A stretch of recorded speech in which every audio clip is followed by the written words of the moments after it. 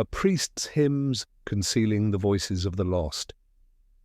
Welcome to Midnight Radio Drama. I am your host, Wilfred. Your comments bring this community alive. Where are you tuning in from today? I can't wait to read them. Let's uncover the mystery.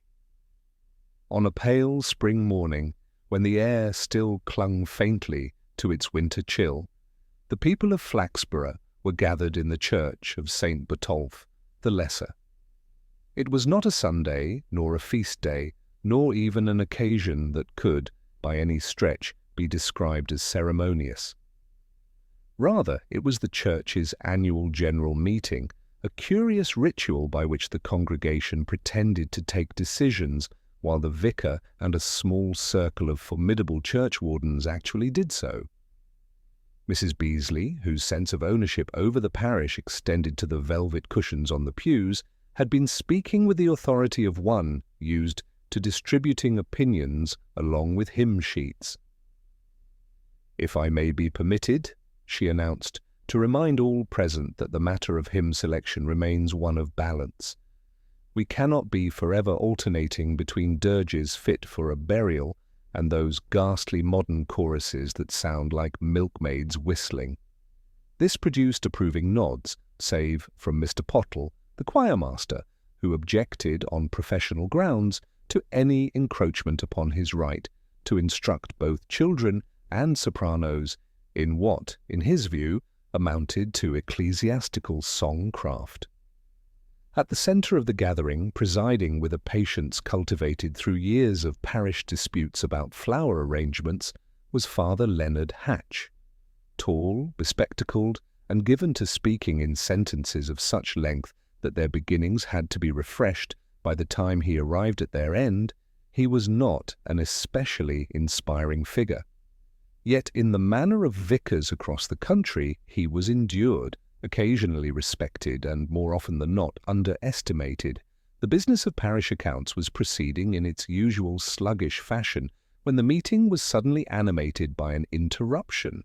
From the side door, with a rustle of raincoat and a breathless apology, entered Mr. Edgar Laxby, an undertaker, whose presence was rarely demanded outside of funerals, unless one counted his perpetual attendance at council buffets. "Father Hatch," he called out, quite without waiting for the chair's acknowledgement, "there's been some discovery.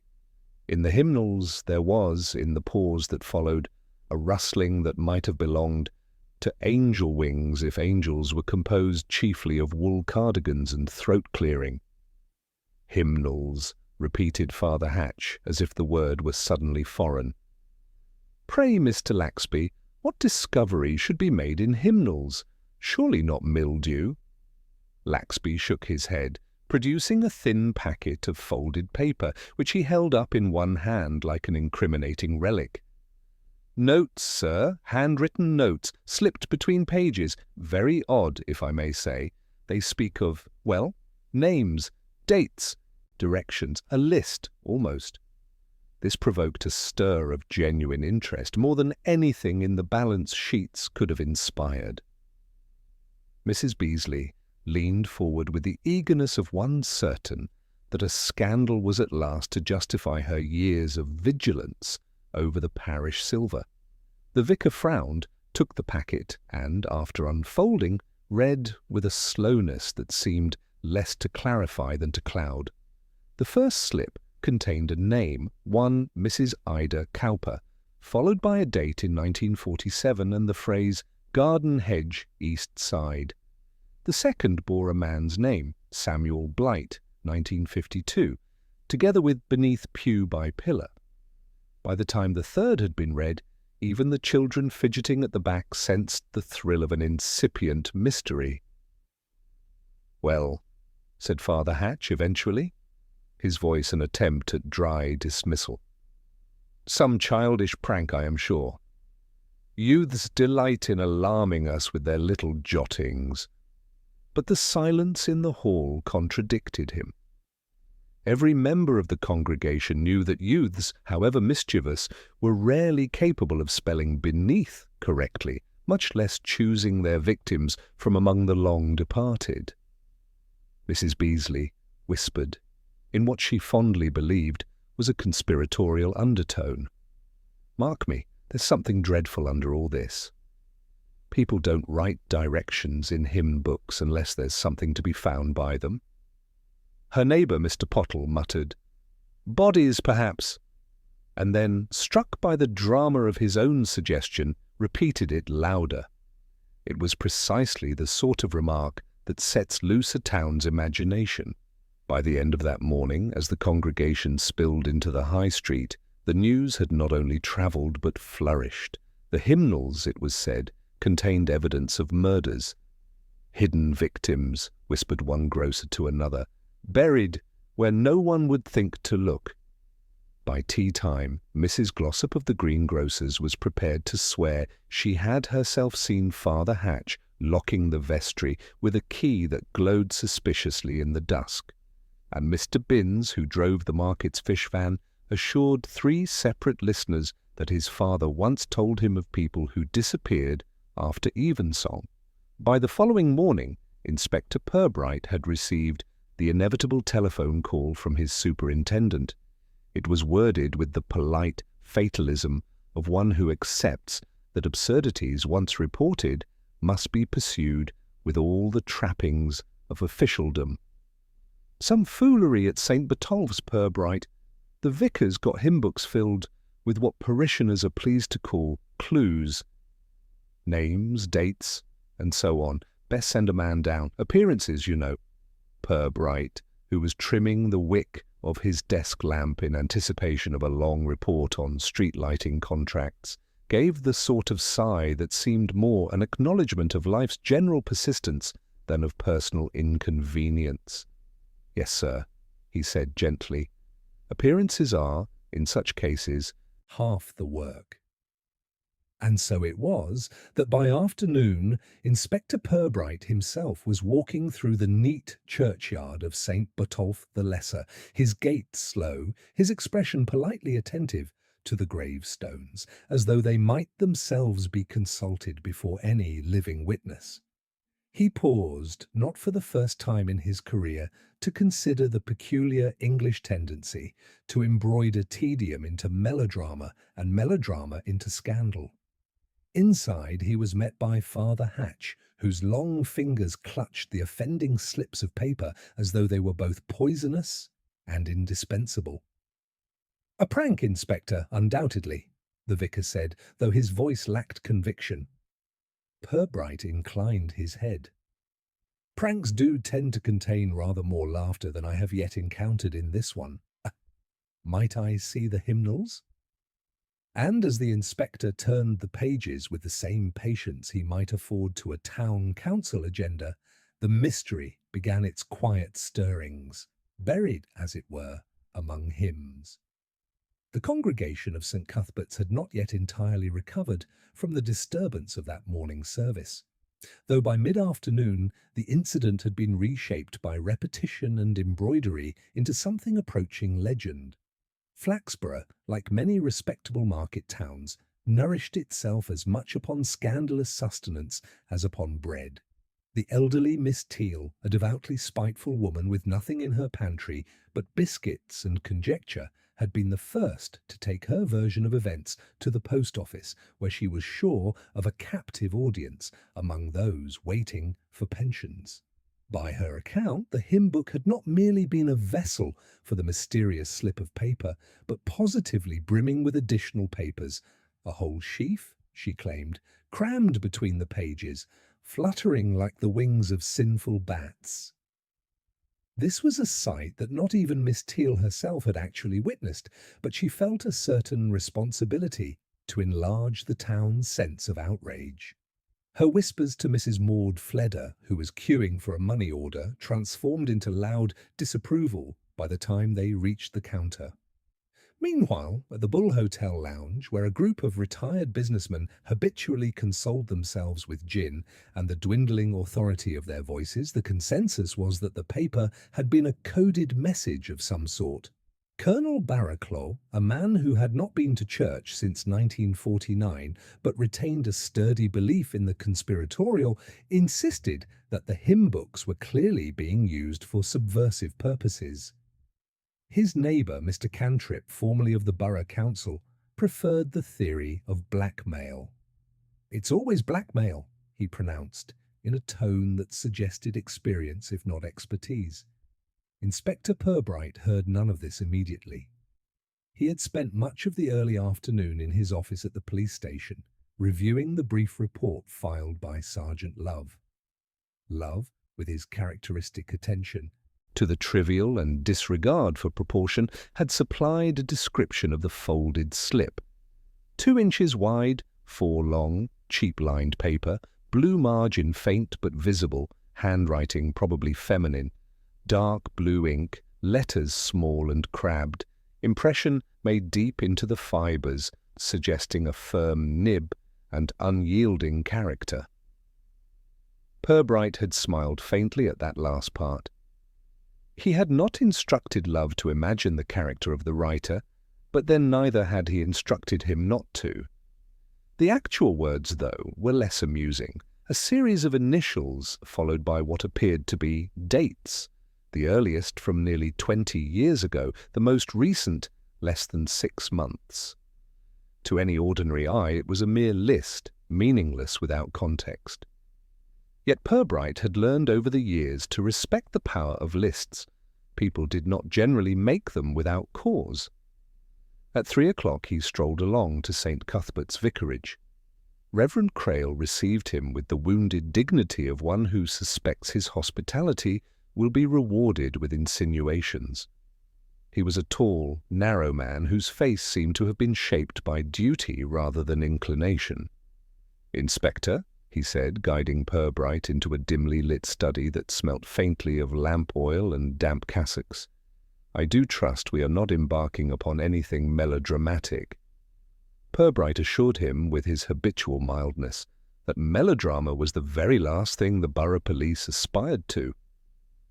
"We are simply inquiring," he said, "how a slip of private writing found its way into a public hymn book."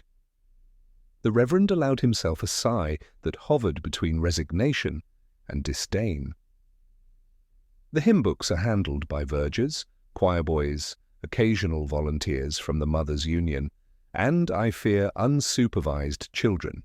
It would be rash to suppose that a single culprit can be identified." "Yes," said Purbright thoughtfully, "rash indeed. Yet I imagine you would agree that a list of names, or at least initials, accompanied by dates, is not the usual thing one expects to find between 'Lead kindly light' and 'Onward Christian soldiers.'" Crail's eyes flickered. For a moment some private anxiety seemed to take hold of him, but he mastered it with practised calm. "I did not see the paper myself. Sergeant Love whisked it away before I could properly inspect it. Perhaps it was no more than a shopping list dropped in absent-mindedly." Purbright allowed this suggestion to rest in the air, saying nothing. The silence lengthened just sufficiently for the Reverend to add, with less conviction, "We are a respectable parish, Inspector. Whatever idle gossip might circulate, I assure you that scandal has no purchase here." "Of course," murmured Purbright. "Still, I should be grateful if you would let me see the vestry registers." This request, though politely phrased, produced in Reverend Crail the look of a man asked to bear his laundry. Nevertheless he complied, fetching from a cupboard a set of thick volumes.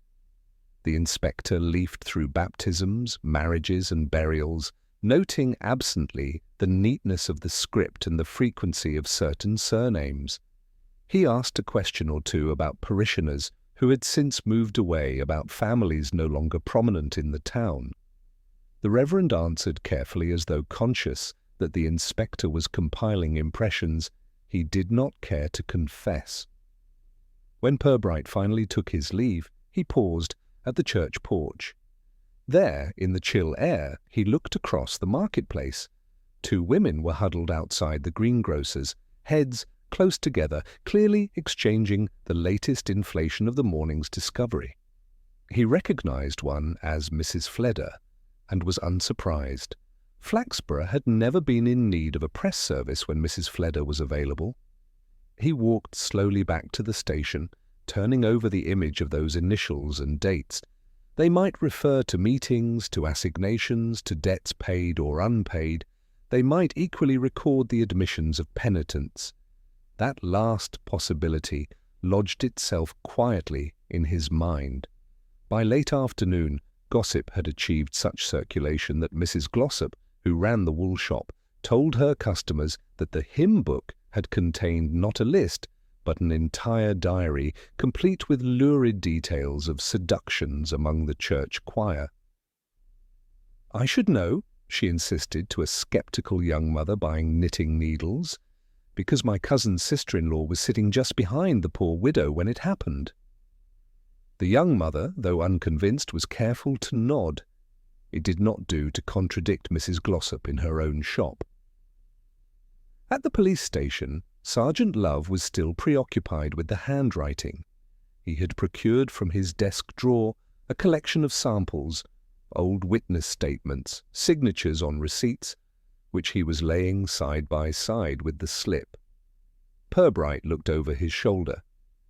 "Notice the firmness of the loop in the G," Love said earnestly. "Reminds me of that Mrs. Dalby, the one who reported a stolen bicycle 3 years ago. She had a very vigorous hand." Purbright suppressed a smile. "I think we should refrain from identifying suspects on the basis of penmanship alone, Sergeant." Still he asked Love to keep the paper locked in the safe. "It may, in due course, become less inscrutable than it appears now." That evening, as lamps began to glow in the small parlours of Flaxborough, conversations around supper tables returned to the matter of the hymn book. Husbands heard exaggerated versions from wives. Wives, in turn, digested speculations heard from neighbours. It was generally agreed that the police must know more than they were admitting. Some even declared that Purbright had already arrested someone, though the identity of the unfortunate varied between a curate, the organist, and Mrs. Teal herself. Purbright, however, sat in his modest sitting-room with a book unopened, upon his lap, musing quietly. The Reverend's flicker of unease, the list of initials, the unseemly hunger of the town for scandal, all these were threads that did not yet connect. But experience had taught him that in Flaxborough connections rarely failed to appear, provided one was patient enough to wait. He closed the book without having read a word and turned off the lamp. Outside, the town settled to sleep, carrying with it the comfort of gossip disguised as truth, unaware that its tranquillity had already been more deeply disturbed than it yet supposed. Inspector Purbright arrived at the station the following morning, in the same unobtrusive manner he brought to most things, quietly, with a nod to the constable on duty, and a faint air of mild curiosity about the weather. He removed his overcoat and hung it neatly upon the stand, then glanced into the adjoining office, where Sergeant Love was already immersed in what could only be described as industrious fiddling. Love, despite his name, had never shown any particular fondness for paperwork. Yet now he sat hunched, with a magnifying glass over the small, folded slip, as though it were a treasure map that might, if stared at long enough, yield its secrets. At his elbow was a half cup of tea, long since cooled, and 3 sheets of his own notes, written in the careful hand of a man determined to capture importance even where none might exist. "Morning, Sergeant," said Purbright, in his deliberate, unhurried tone. Love looked up, flushed as though caught in mischief. "Good morning, sir. I've been giving the matter of that slip some very thorough thought." "I can see that," said Purbright, seating himself and lighting his pipe. "Any conclusions?" Love frowned at the paper. Well, the handwriting doesn't match any of the usual complaints or statements in our files, at least not the obvious ones. The style seems deliberate, sir. Not a shopping list scribbled at the grocer's. Each set of initials is neat, almost reverent. Reverent, repeated Purbright, tasting the word as though it were an unfamiliar dish. And the dates? They span quite a stretch of time, nearly 2 decades, which suggests either a long-standing practice or a long memory. Or, Purbright murmured, exhaling a thin cloud of smoke, both. They sat in companionable silence for a few moments, broken only by the scratch of Love's pencil as he underlined his own earlier observations. It was a habit of his to reaffirm conclusions by annotating them a second or third time. Purbright let him do so, for there was something almost comforting in Love's diligence, however unlikely it was to deliver the decisive clue. At 9:30, Constable Broom entered with the solemn air of a man entrusted with delicate news. He carried a brown envelope. "From the post, sir," he said, handing it over to the inspector. The envelope bore no return address.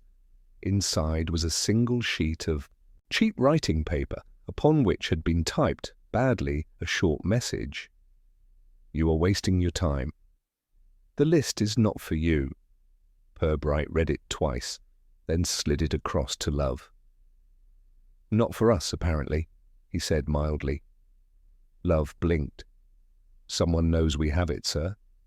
That means they've either spoken to the Reverend or else they were watching when I picked it up."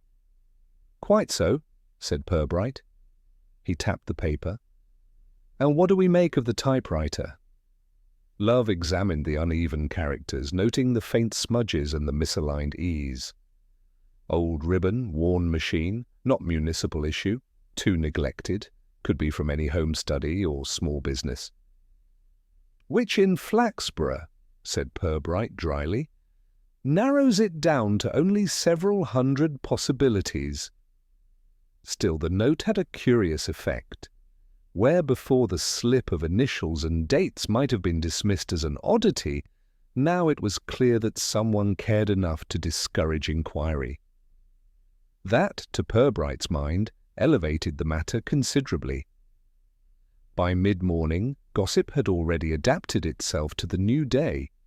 Mrs. Glossop of the wool shop had it on excellent authority, her niece's friend's hairdresser, that the police were in possession of a dangerous manifesto aimed at overthrowing the town council.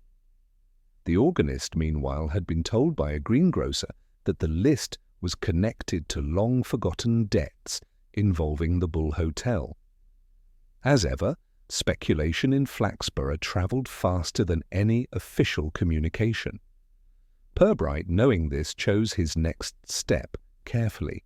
He requested from the Reverend Crail a discreet list of parishioners who had access to the hymn books outside of ordinary services, choir members, vergers, cleaners, anyone who might have had reason to handle them during the week. The Reverend supplied this with a thinly veiled sigh, his neat clerical hand writing out the names as though each was a reluctant admission. Among them, Purbright noted Mrs. Digby, the vicarage housekeeper of 30 years, young Timothy Crook, a surly choir boy with ink stains perpetually upon his fingers, and Mrs. Emily Hardstaff, chair of the Mothers' Union, a woman more pious than tactful. All were respectable in their way, but respectability, Purbright reflected, was often a convenient mask in Flaxborough. After lunch, he and Sergeant Love paid a call upon Mrs. Digby. She received them in a kitchen dense with the aroma of boiled cabbage and carbolic soap. Her manner was brisk, not unfriendly, but decidedly unwelcoming. "Hymn books?" she repeated, polishing a spoon as though it were a moral duty. "I've dusted them often enough, if that's what you mean, but I've no time for scribbling notes inside. Who would?" Purbright inclined his head politely. "An excellent question, Mrs. Digby." "Who indeed?" She gave a sharp sniff, unimpressed. "If you want my opinion, sir, There's far too much fuss being made about a scrap of paper. These townsfolk will turn anything into a scandal. I won't have my church dragged through the mud." "Nor would I wish it," Purbright replied. "We are simply tracing possibilities." Satisfied they would gain nothing more, the policemen took their leave. Outside, Sergeant Love muttered, "Formidable woman, sir. Wouldn't fancy being in her bad books." "No," said Purbright mildly, "nor in her hymn book either." The next visit was to Mrs. Hardstaff. She welcomed them with effusive warmth, ushering them into a parlour so laden with lace doilies and china figurines that it resembled a shrine to Victorian perseverance. "Oh, Inspector, I do hope you'll soon put this nonsense to rest," she said, fluttering about with teacups. "Why, I told Reverend Crail myself that such wickedness could not possibly spring from our congregation. Of course there are always whispers. Some people would rather invent wickedness than confront their own dullness." "Indeed," murmured Purbright, sipping weak tea. "And what of the slip, madam?" "Have you any idea who might have placed it where it was found?" Mrs. Hardstaff pressed a hand to her bosom as though affronted. "Certainly not I. Why, I can hardly read a list without spectacles, let alone write one in so mean a hand. And as for initials, well, those can be anyone's." "Just so," Purbright agreed. He let her chatter on about church bazaars, temperance meetings, and the lamentable decline in lace-making.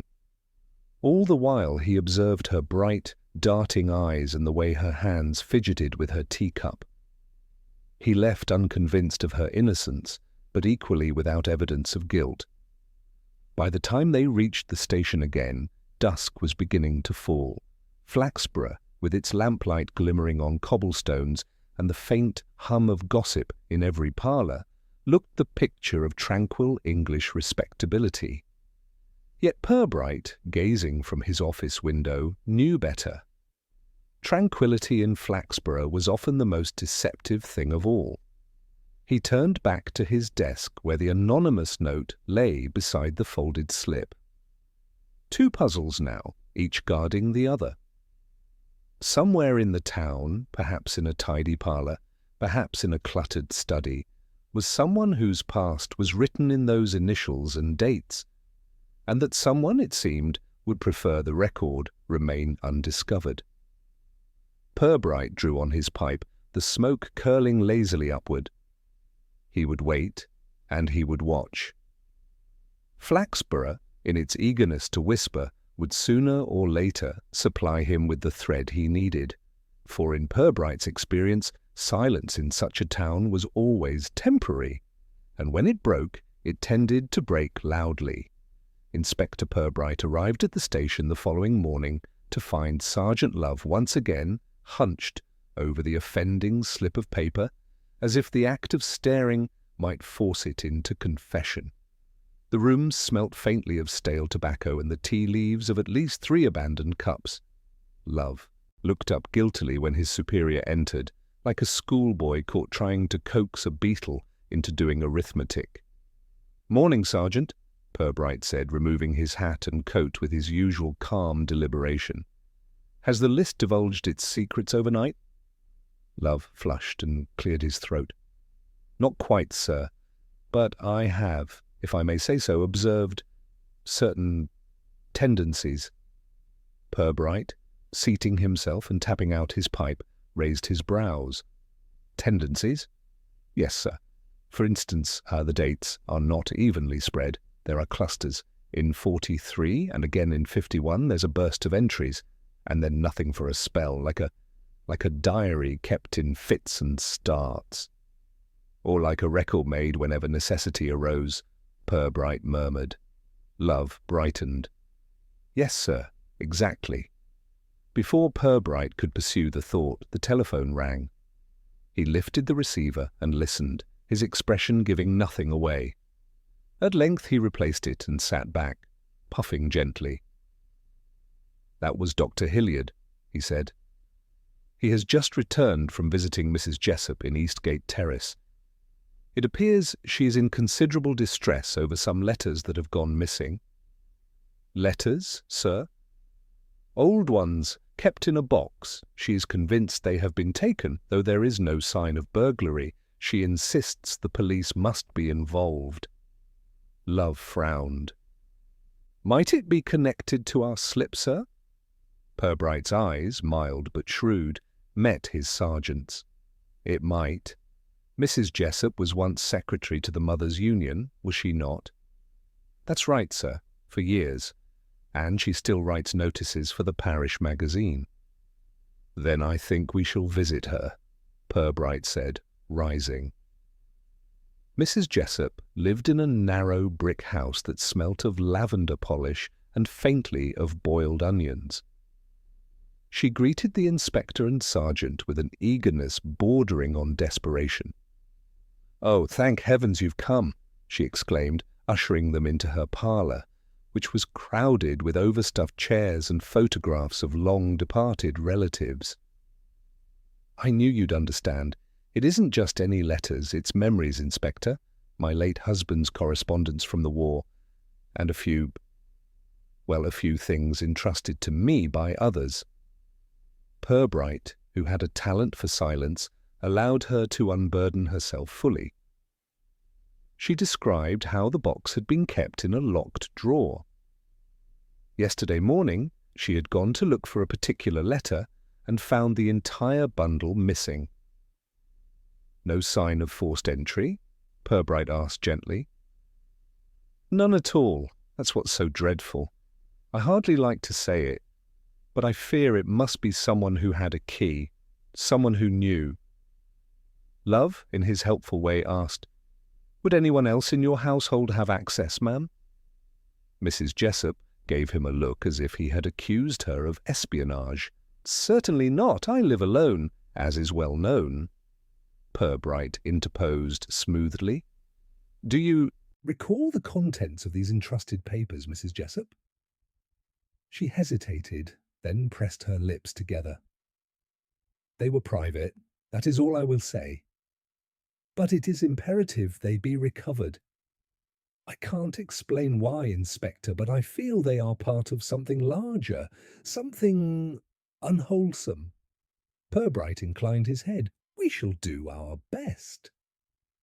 As they left, Love muttered, "Well, that didn't tell us much." "On the contrary," Purbright said, "it told us that whatever is happening, Mrs. Jessup is afraid of more than mere theft." That afternoon, back at the station, another piece of the puzzle arrived, quite literally. Constable Broom, still flushed from the effort of cycling against the wind, brought in a parcel wrapped in brown paper. It had been delivered to the station without sender's name. Inside was a slim ledger bound in cracked black leather. Purbright examined it with careful fingers. The pages were filled with the same neat handwriting as the slip from the hymn book: initials, dates, terse notations. Only here the list stretched across hundreds of entries going back to the 1920s. Love stared. "Good Lord, it's a proper register, but of what?" Purbright did not answer immediately. He turned the pages, pausing at an entry from 1943. The initials matched one on the slip. Beside it was a note: Saint, Marks, confirmed. A similar phrase occurred again and again: settled, cleared, confirmed. "Whoever wrote this," Purbright said at last, "was keeping a record of transactions, not financial, I think. Something more personal." "Blackmail, sir?" Love suggested eagerly. Purbright's mouth twitched in what for him constituted amusement. "Always your first guess, Sergeant, but possibly not far wrong this time." Before they could ponder further, the station door opened and Reverend Crail himself was shown in. His face, usually composed, bore the pinched look of a man being slowly crushed by worry. "Inspector," he began, lowering his voice, "I feel I must speak plainly. There are those in the parish who know more about that slip than they pretend. I have heard whispers that Mrs. Hardstaff once kept a record of confidences, matters confided in her by younger women, perhaps at times of difficulty. She claimed it was for prayer, but others felt it an intrusion. If such a practice continued, Purbright nodded slowly, it might account for our ledger. Though not, I think, for the dates extending before Mrs. Hardstaff's career. The Reverend sighed, clearly relieved to have unburdened himself, but equally troubled by the implication. Whatever it is, Inspector, I implore you to act with discretion. The Church cannot withstand scandal. I quite understand, Purbright replied gravely. When the Reverend had gone, Love said, So it's blackmail with a halo, sir? Something of the kind, Purbright said. He tapped the ledger thoughtfully. But whose halo, I wonder, and whose head it crowns? That evening, Purbright walked the quiet streets of Flaxborough, pipe in hand, reflecting. The town, with its lamplit windows and orderly gardens, gave every appearance of decency. Yet behind its curtains lay long memories, secrets preserved as carefully as Mrs. Jessop's missing letters. The slip in the hymn book had not been a random scribble, it was an index, a fragment of a larger record, perhaps even of lives entangled in debts of silence. He paused outside St. Mark's, the cold stone bulk of the church looming against the dusk. Somewhere within its parishioners, past or present, lay the keeper of this register. Someone who had watched and noted and remembered for decades. The inspector was patient by nature, but he knew also that patience had limits. Flaxborough itself would supply the next clue, as it always did. For in a town so given to whispers, silence never held for long. And sure enough, as he turned to leave, he saw a figure detach itself from the churchyard shadows, a hunched old man with a cap pulled low. The fellow touched his forehead in a parody of salute and muttered, "Best leave well alone, sir. Some things don't bear the telling." Purbright regarded him mildly. "Good evening to you." But as the man shuffled away, the inspector noted the slight limp in his step and the faint whiff of carbolic soap. Mrs. Digby's kitchen came back to mind, and with it the sudden sense that the ledger was less a revelation than a summons. The past, Purbright realized, had decided it was time to be heard. Inspector Purbright was not easily given to intuition, but he had learnt to trust the small disturbances that sometimes troubled the surface of his thoughts. The old man he had encountered outside St. Mark's lingered in his mind as he walked back to the station the following morning.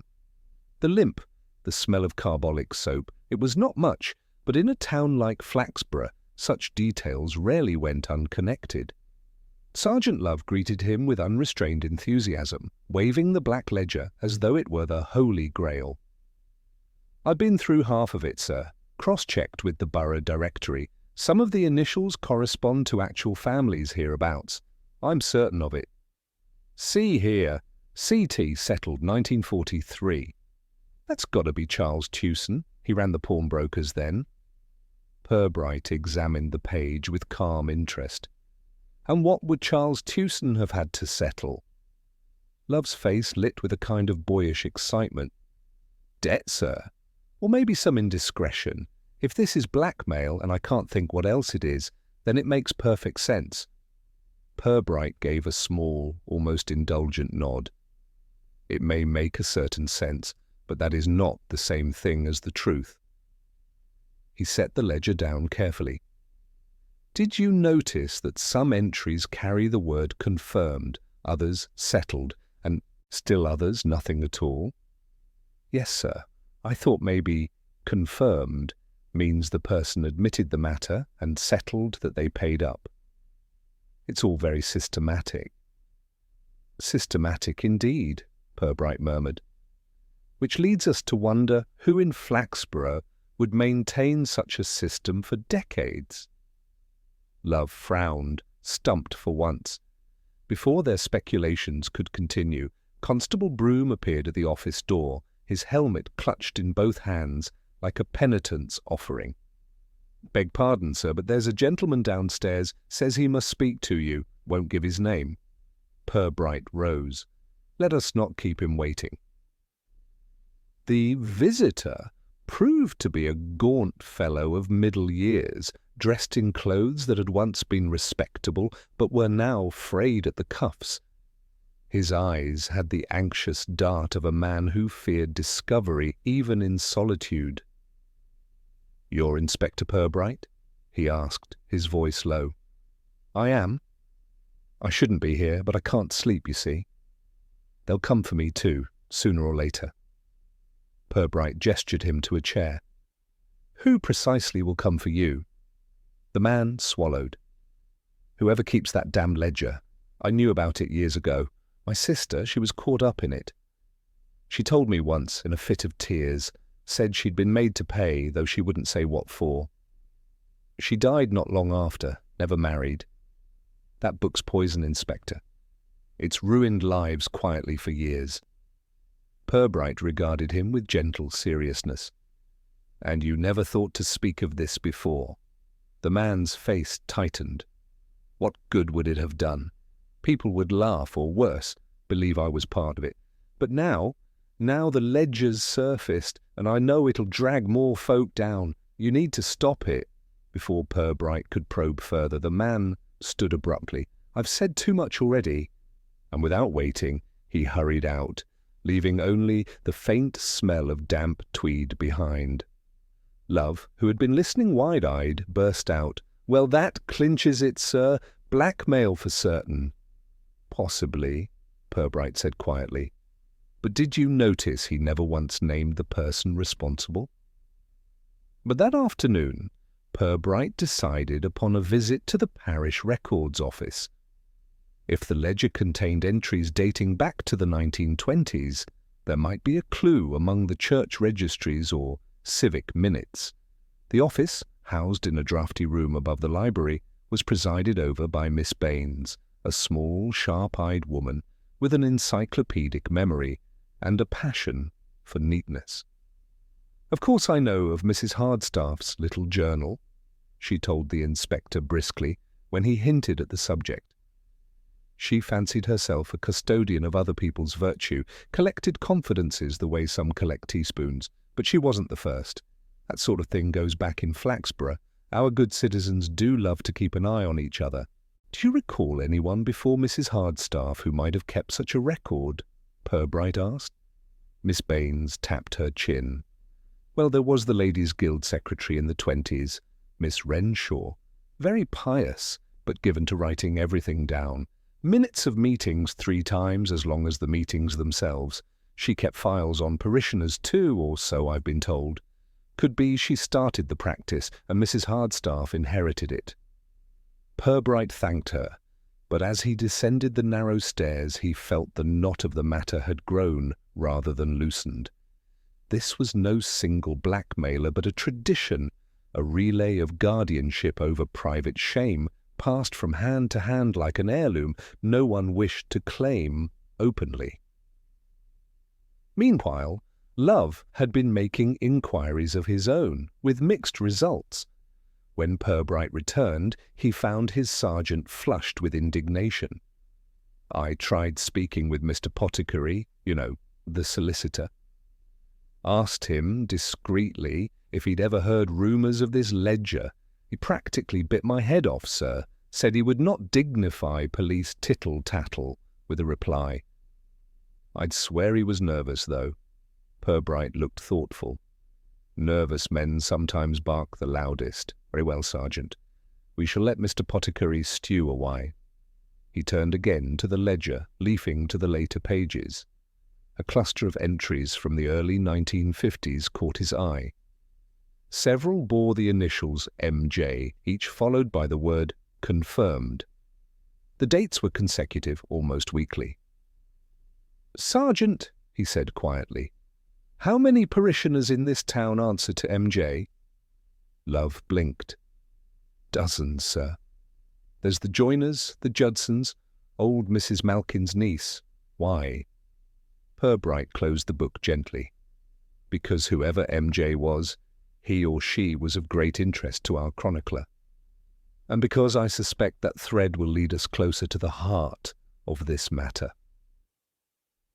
That evening, as the lamps were lit along the high street, Purbright took his habitual walk. He was turning over the initials in his mind when he noticed movement ahead. The same limping figure from the churchyard was waiting at the corner, half hidden in shadow. "Inspector," the man croaked, his cap pulled low. "You're digging where you oughtn't." Purbright regarded him steadily. "And what harm would come of digging?" "Harm enough. That book was meant to stay hidden, those who kept it. They're not gone, you know. Still watching, still taking note." "Taking note of what?" Purbright asked gently. The man's eyes flickered with a peculiar mixture of fear and pride. "Of everything, Inspector. Every sin, every weakness. The book's only part of it. You can't stop them." Before Purbright could reply, the man shuffled off again into the darkness, the limp pronounced, the smell of carbolic trailing faintly behind him. The inspector stood for a long moment in the chill air, pipe forgotten in his pocket. The ledger was no mere curiosity of the past. It was an instrument still in play, its keepers alive, its influence persistent. And now, by his very attention, he had announced himself as a participant in their game. As he resumed his walk, Purbright reflected with a quiet heaviness. The past in Flaxborough was not merely resurfacing, it was recruiting. Inspector Purbright had learned over the years that small towns like Flaxborough could bury scandals for decades, yet never quite forget them. They lingered in the corners, whispered about in kitchens and written in ledgers by unseen hands. The black book now on his desk was both a relic and a weapon. Its pages smelled faintly of ink, mildew, and guilt. The morning after his encounter with the limping stranger, Purbright sat at his office window with the ledger open before him. He was not studying it directly, but rather gazing across the market square, watching as the butchers set out their slabs of beef and the greengrocers stacked their late cabbages. He believed in allowing thoughts to collect on their own, like soot in a flue, before giving them flame. Sergeant Love entered carrying 2 mugs of tea, slopping one slightly on the inspector's blotter. "Sorry, sir," he muttered, setting them down, "but I've made a discovery." He pulled a folded sheet from his tunic. I checked old directories for the early 50s, trying to match the initials M.J. There's one name that fits too neatly to ignore, Maurice Jolliffe. He was a chemist here. Owned the shop on Rosemary Lane until he disappeared. Purbright raised an eyebrow. "Disappeared?" Love nodded with solemn relish. "Vanished, sir. Walked out one evening and was never seen again. Folks said he'd run away to America. Others whispered something darker. His wife went off to live with her sister and the shop shut up within months." Purbright sipped his tea. "Interesting. Did he leave debts?" "None that I've found, but some say he left, how shall I put it, reputational stains." "That would account for his name being confirmed week after week in the ledger," Purbright murmured. "Someone was recording his sins as fast as he committed them." Love leaned forward. "Do you think his disappearance might be tied to this? Maybe he couldn't bear the blackmail, or maybe—" He lowered his voice. "Maybe someone silenced him." Purbright gave no immediate reply. He was watching a sparrow darting between the cobbles below, pecking at crumbs. "Let us not gallop too far ahead, Sergeant. Instead, let us seek out the living. Who in Flaxborough still recalls Mr. Jolliffe?" Their first call was upon Mrs. Digby, who had worked for years in the chemist's shop before it closed. She was now in her late 70s, a sharp-tongued widow whose garden gnomes were painted with a zeal that bordered on aggression. "Mr. Jolliffe?" she repeated, when Purbright asked. "Oh, I remember him. tall, stiff man, smelled of carbolic and powders. He had a temper like vinegar, not unkind exactly, but always watching you as if you'd pinched something. His wife was a sweet little soul, though nervous as a mouse. "And what of his habits?" Purbright asked carefully. Mrs. Digby pursed her lips. "Well, if you mean drink, no, but he had a way with certain ladies, customers, if you follow me. I didn't see anything improper myself, but there were mutterings, and one day, poof, gone. Left his spectacles behind on the counter. I've always said it wasn't natural." Love scribbled eagerly in his notebook. "And did anyone ever, keep track of such mutterings?" Mrs. Digby gave him a look, both amused and scornful. "In Flaxborough, young man, everyone keeps track. But you'd best ask the clergy or the guild ladies. They've always fancied themselves the keepers of decency." Later that afternoon, Purbright and Love visited Reverend Laxby, the elderly vicar of St. Mark's. The clergyman received them in a room lined with theological tomes and smelling faintly of mothballs. "Ah, Maurice Jolliffe," he said, adjusting his spectacles. "Yes, his was a curious case. A man of science and yet, how shall I say, not scrupulously moral. I did, in fact, hear confessions relating to him. Naturally, I cannot divulge the particulars, but suffice it to say, he left distress in his wake. When he vanished, I considered it providential." Purbright inclined his head politely. "And were you aware of any written record, unofficial of course, that concerned such matters?" The vicar hesitated, his fingers worrying the tassel of his bookmark. "I could not possibly confirm such a thing, but I will say this. Certain ladies of the guild were known for their diligence. They believed virtue must not only be practiced, but also documented." "That diligence," Purbright observed, "seems to have survived in the form of this ledger." He laid the book on the table. The vicar's eyes widened, as if at the sudden exposure of a serpent. "My word," he whispered. "I had thought it lost. Do be careful, Inspector. That volume has power to ruin names still respected in this town." And the next day brought fresh agitation. Constable Broom burst into the office, flustered and pink. "Inspector, there's been a break-in at the vestry. Nothing stolen but, drawers rifled, papers disturbed. Reverend Laxby is most upset." Purbright and Love went at once. The vestry indeed bore the signs of a hurried search: scattered hymn books, overturned chairs, drawers flung open. Laxby wrung his hands. "I cannot imagine what they hoped to find. The parish registers are all intact, but I did keep notes, you see, private notes of moral guidance I had offered parishioners. Nothing sensational, but still embarrassing if misused." Purbright bent to examine the floor. A faint smear of carbolic lingered near the door. He straightened, his expression unreadable. "Sergeant, do you notice a certain recurring fragrance in our inquiries?" Love sniffed the air. "Yes, sir, like hospital corridors. You don't suppose—" Purbright said nothing, but in his mind he saw again the limping man, the anxious eyes, the smell that clung to his clothes. Whoever he was, he seemed to hover like a ghost around every corner of this case. Even that evening, the inspector took an unusual step. He paid a call on Miss Teal, the retired schoolmistress, whose memory was reputed sharper than most libraries. She received him in a sitting-room crowded with porcelain cats and the faint odour of lavender polish. "Inspector Purbright," she said crisply. "You wish to know about the Jolliffes?" Yes, I knew them. Mr. Jolliffe was clever, but sly. His wife, poor thing, looked over her shoulder as if pursued by shadows. People said she feared her husband's temper. I rather think she feared someone else entirely." Purbright leaned forward. "Someone else?"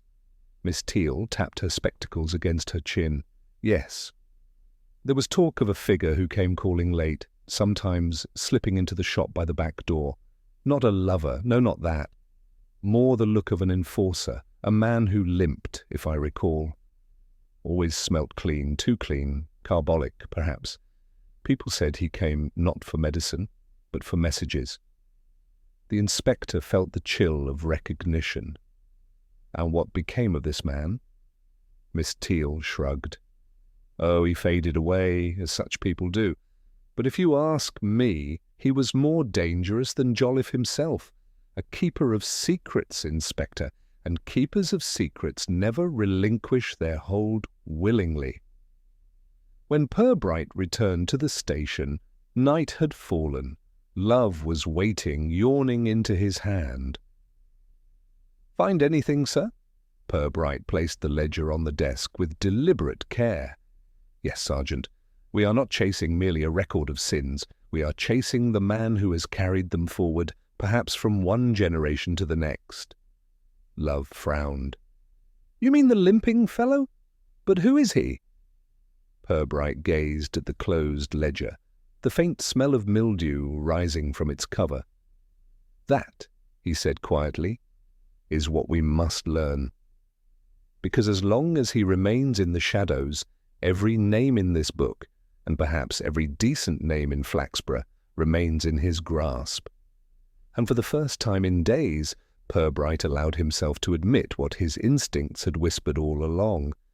This was not merely an investigation into the past. It was a confrontation with the present, with a man still at work, still watching, and still noting down the sins of others in invisible ink. The clock above the police station door chimed 8, and with it came the sort of morning drizzle that Flaxborough specialized in, a mist not wet enough to warrant umbrellas, yet persistent enough to leave every passer-by looking faintly defeated.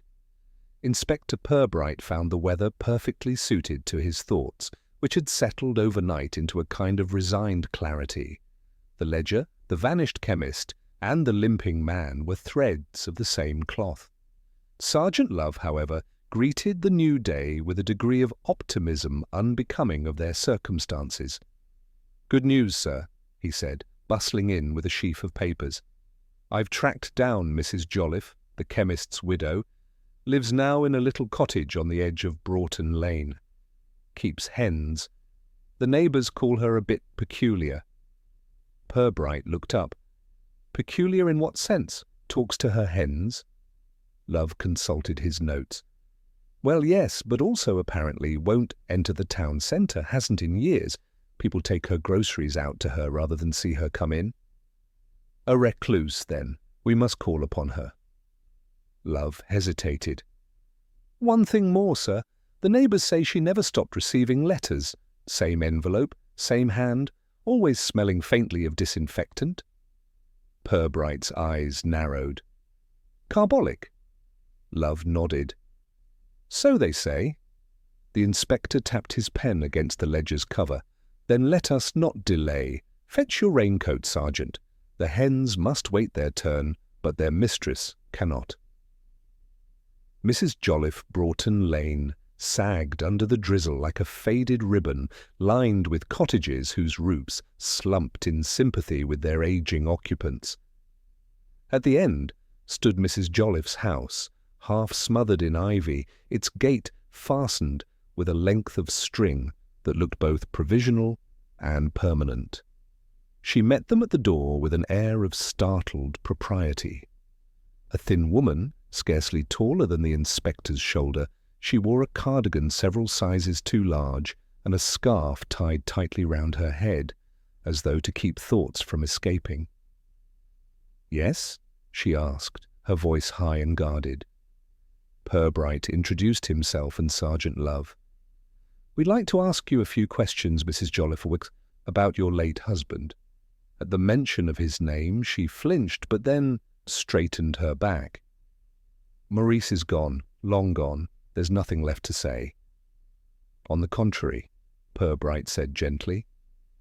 "There may be a good deal left unsaid. Might we come in?" After a pause that seemed to weigh decades, she stepped aside. The cottage was immaculate, smelling faintly of lavender polish, but in the corner of the sitting room sat a locked tin box, plain yet strangely conspicuous. Mrs. Jolliffe noticed the inspector's glance and moved quickly to place a shawl over it. "You still receive correspondence, I believe," Purbright remarked conversationally, once they were seated. "Letters in a familiar hand?" She pressed her lips together. "I am an old woman. Old women have correspondence. What of it?" "Do they contain threats?" Her eyes darted to the tin box. Then, with sudden fierceness, "You wouldn't understand. He writes because he remembers, and I keep them, because forgetting is worse than remembering." "Who writes, madam?" Purbright asked quietly. She stared at him as if he had asked her to reveal the pattern of her soul. Then in a whisper, "The Watcher." Love blinked. "The who?" "The Watcher," she repeated, rocking slightly. "He wrote even when Maurice was alive. After Maurice left, the letters did not stop. They come still. He knows everything. What I buy, who calls at the door even when the hens lay poorly." Purbright leaned forward. "This Watcher, does he sign his letters?" She shook her head. "Number only initials?" "M.J." The inspector sat back slowly. That, he thought, was a cruel stroke of irony. Then the tin box. With great reluctance, and only after Purbright promised the letters would be handled discreetly, Mrs. Jolliffe produced a bundle from the tin box. The envelopes were indeed identical, brown, faintly chemical in odour, addressed in a hand neat to the point of compulsion. Purbright opened one, dated only a month before. "You have done well to remain quiet. Silence is virtue. Remember, nothing escapes the eye that observes. The past is never past. Confirm that you understand." There was no signature, only the initials M.J. Love, whistled. Sounds like a schoolmaster with a taste for melodrama. Purbright was less amused. "No, Sergeant, this is control. The tone of a man who keeps accounts not of money but of obedience." Mrs. Jolliffe clutched the shawl about her shoulders. "I have never replied, never dared, but he knows I read them. He always knows," Purbright asked gently. "And did your husband, before he vanished, fear this Watcher?" Her expression crumpled. "Maurice, he laughed at him. Laughed until the night he didn't come home. Then I knew the Watcher had stopped watching and started acting." A surveillance map. Back at the station, Purbright spread the letters across his desk. Love read them one by one, his frown deepening. "They're like reports," he said.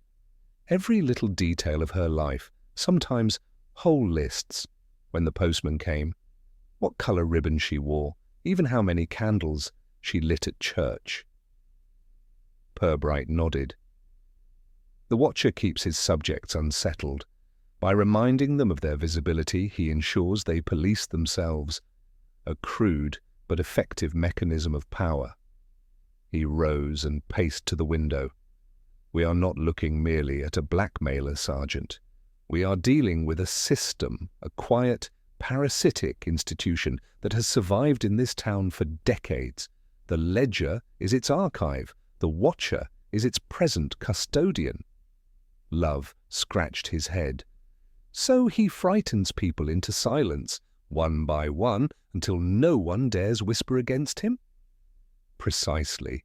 And he is thorough enough to inherit the initials of his victims, weaving them into his persona. M.J. Maurice Jolliffe becomes not a memory, but a mask." Love swallowed. "That's devilish clever, sir. Means even the dead can still keep people in line." A trap. Purbright knew that to confront the Watcher directly would be futile. Men like him thrived in secrecy. Exposure was their only weakness. He decided upon a stratagem, baiting the trap with knowledge the Watcher could not resist. That evening he drafted a notice to be inserted quietly into the Flaxborough Gazette. It was phrased innocuously enough. The late Mr. Maurice Jolliffe is to be commemorated with a small memorial service. Relatives and old acquaintances welcome. Inquiries to the police station. Love blinked when he saw the draft. Won't that stir a hornet's nest? That is the intention, Purbright said calmly. The watcher will not bear Jolliffe's name being handled publicly. He will come sniffing, or at least send word. Either way, he will reveal himself. A shadow in the rain. The notice appeared 2 days later. Within hours of its printing, Constable Broom reported that a figure had been seen lingering outside the Gazette office, a tall man, limping, his coat collar turned high. He had not entered, but had circled twice, then melted away into the drizzle. Purbright felt the familiar tightening of a case drawing near its heart. He's watching the watchers now, he murmured. Love asked, Do we follow him, sir? Purbright shook his head. Not yet. Let him circle. The spider always returns to the center of his web. We need only mark where the threads converge. Closing the day. That night, long after the station had emptied, Purbright sat alone with the ledger open before him. By lamplight, the pages seemed to crawl with names, each one a ghost murmuring accusations. He thought of Mrs. Jolliffe, bent under the burden of decades of letters. He thought of the vestry break-in, of Reverend Laxby's fretful eyes. And he thought of the man limping through rain, leaving behind the faint, sharp tang of carbolic like a signature in the air. He closed the ledger with deliberate care. The watcher had survived in Flaxborough for years by remaining unseen. But now, with every step, every note, every frightened widow, the shape of his presence grew clearer. And Purbright, though wary of premature triumph, permitted himself the smallest of smiles. Your time is nearly up, he whispered, into the lamp-lit silence. The morning after the Gazette notice appeared, Inspector Purbright entered his office to find something he had not expected, a letter lying squarely in the middle of his blotter. It was not among the usual heap of correspondence, but placed with deliberate neatness, as though whoever had delivered it wished to demonstrate both access and confidence. Purbright did not touch it at once. He regarded the envelope for a full minute, considering. Plain brown, faintly chemical in an odour, the address written in that same obsessively careful hand. Inspector C. Purbright, Flaxborough Police Station. No postage, no smudges. It had been delivered by hand. Love bustled in, sniffing the air. Sir, blimey, it smells like a hospital corridor in here. Carbolic, Purbright said evenly. Our friend is not pleased. Letter. He slit it open with his paper knife and drew out a single sheet. The message was brief. The inspector meddles. The inspector forgets that silence is safety. The inspector will learn. Withdraw your notice. Attend no service. There will be no service. The dead are at peace. The living will remain so if they are wise. Again, no signature. Only the initials. M.J. Love flushed. He's threatening you, sir. That's outright. Purbright read it a second time, then folded it calmly. Threats, Sergeant, are as informative as fingerprints. They tell us far more about the author than the author intends. He placed the letter beside the ledger. We must now assume he has allies, or at least informants, within these very walls. Otherwise, how would he know of our notice so swiftly? Love looked round the office as if expecting to see the culprit crouched behind the filing cabinet. You mean one of our own? Or one of those who haunt the corridors under some plausible pretext? Repairmen, cleaners, even the delivery boy. The watcher prefers the unnoticed. That is his camouflage. Reverend Laxby. Again, at midday, Reverend Laxby presented himself once more, his thin face damp with anxiety. "Inspector, I beg your indulgence," he began, perching on the chair as though it might collapse under the weight of his conscience. "Since your notice appeared, I have received visits, or rather presences. I feel watched. At night I hear footsteps in the churchyard. And this morning someone had placed a dead crow upon the vestry steps." Love muttered. "Friendly chap, isn't he?" Purbright asked gently. "Did you recognize anyone?" Laxby shook his head, his hands trembling. "Number. But I found this." He produced a slip of paper. On it, written in the same meticulous hand, were the words, "Clerics keep their silence. Remember the vault." Purbright's eyes sharpened. "Vault?" Laxby flushed. "The church possesses a crypt, Inspector, little used. Records of certain benefactors are kept there. Old, obscure things. But if this person refers to it, then he knows far more of parish matters than he ought." "Then we must examine it," Purbright said quietly. "At once." From the crypt. That afternoon, Purbright and Love followed Laxby into the shadowy crypt beneath St. Matthew's. The air was cool, musty, redolent of candle grease and mildew. Rows of iron-bound chests lined the walls, most labelled with the names of forgotten parishioners. But in one alcove stood a chest far less ancient. Its padlock was new, and across its lid lay a paper seal impressed with wax. The letters impressed were stark. M.J. Love breathed. "So the watcher keeps his filing system here."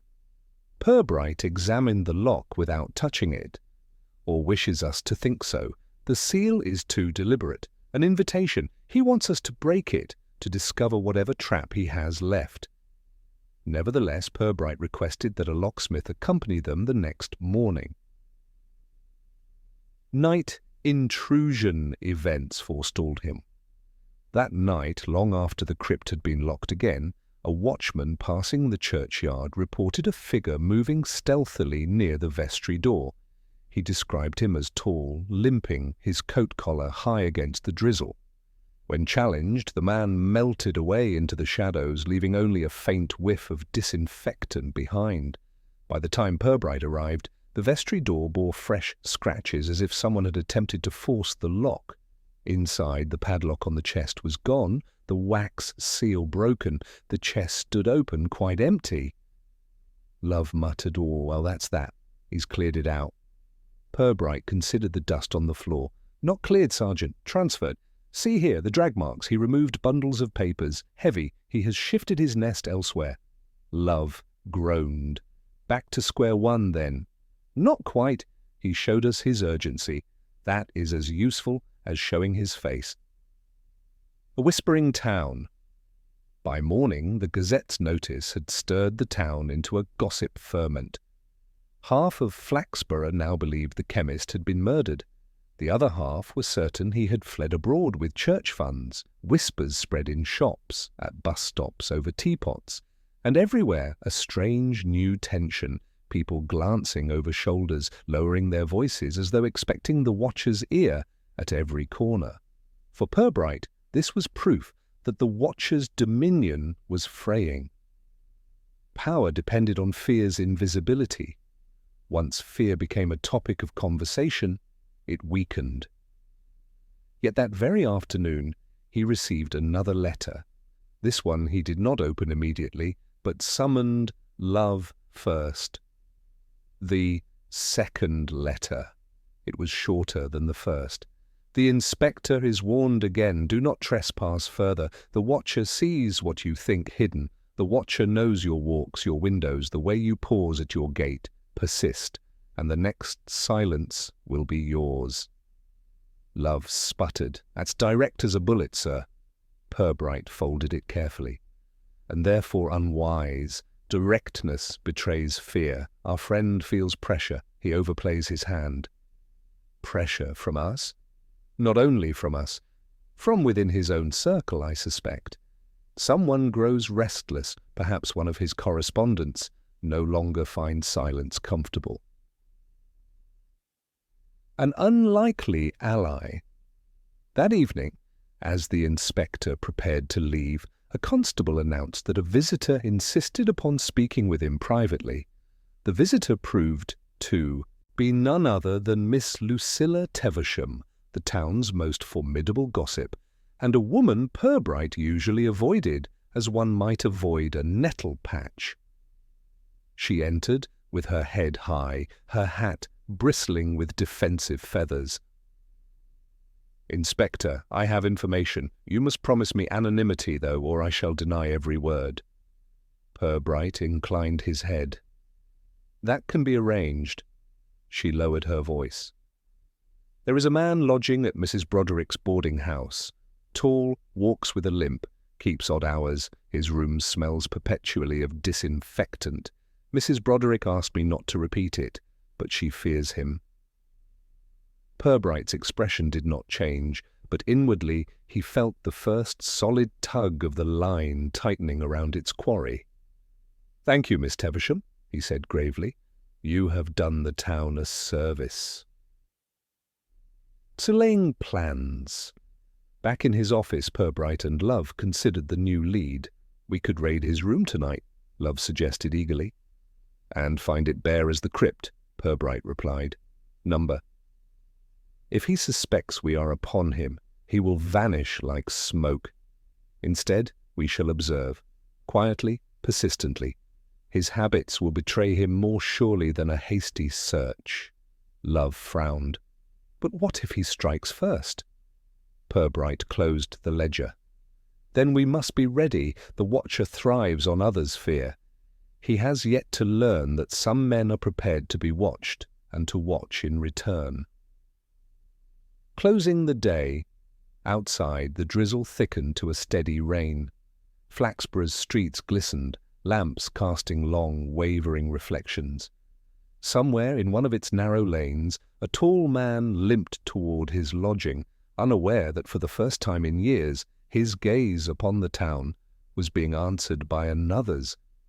In the inspector's office, the letters lay side by side with the ledger, a silent contest of wills waiting to be resolved.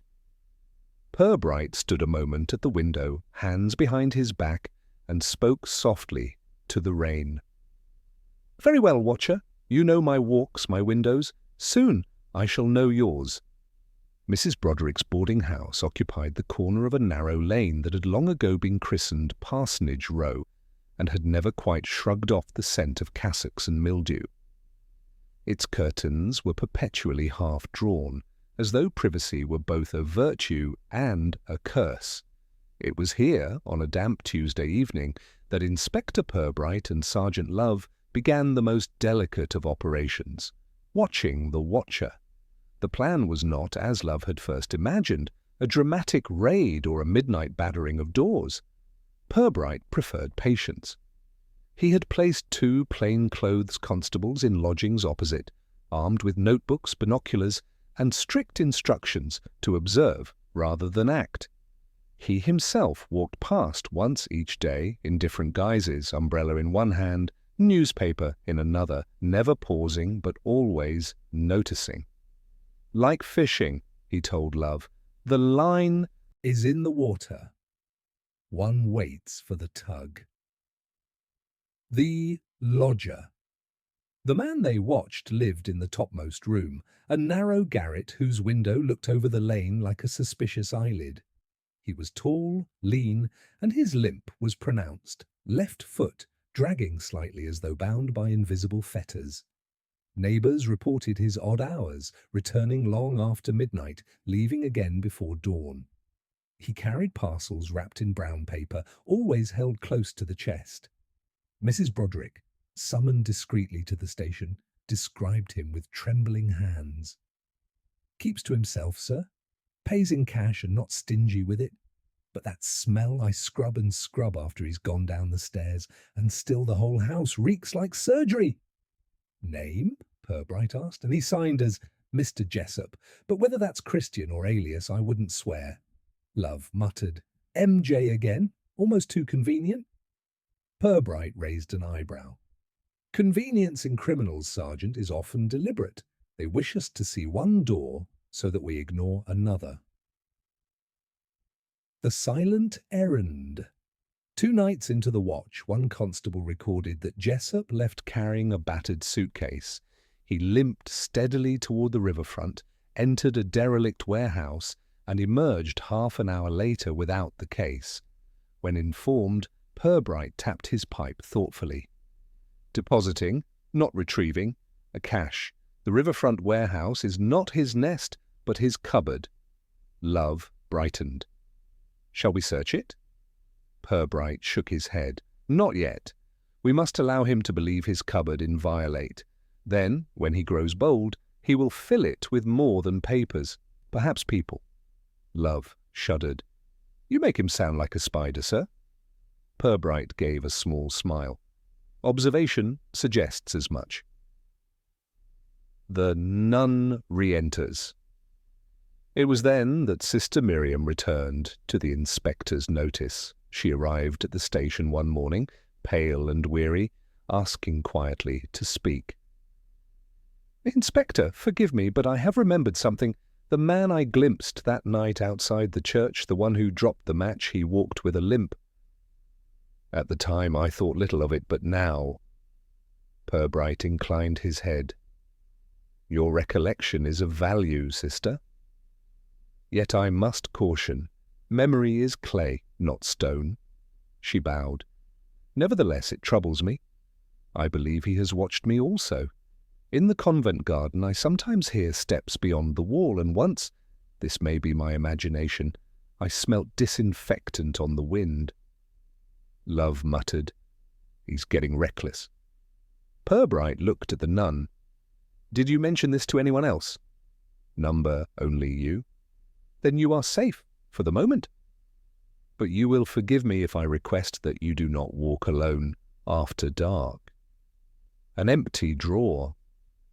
That same week, Mrs. Broderick reported a strange incident.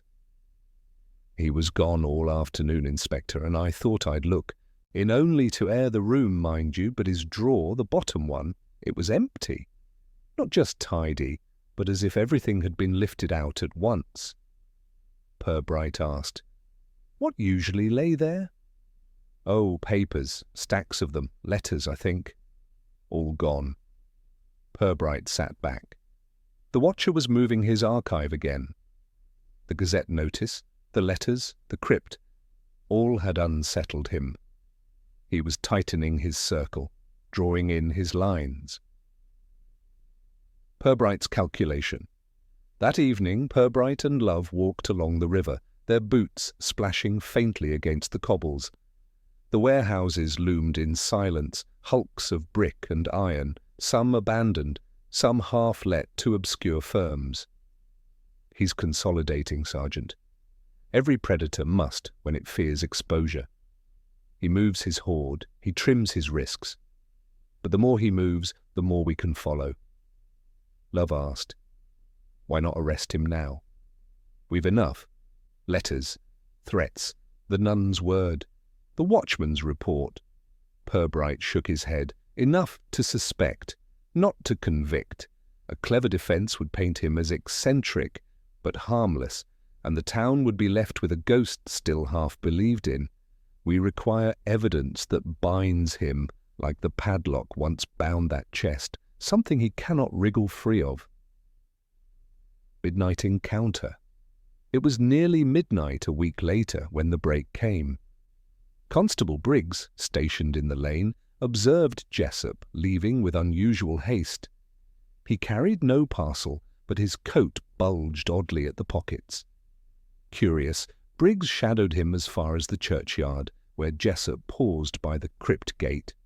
There he crouched, fumbling with the lock, but before Briggs could advance, a cat, large, ginger, and quarrelsome, leapt from the wall with a screech.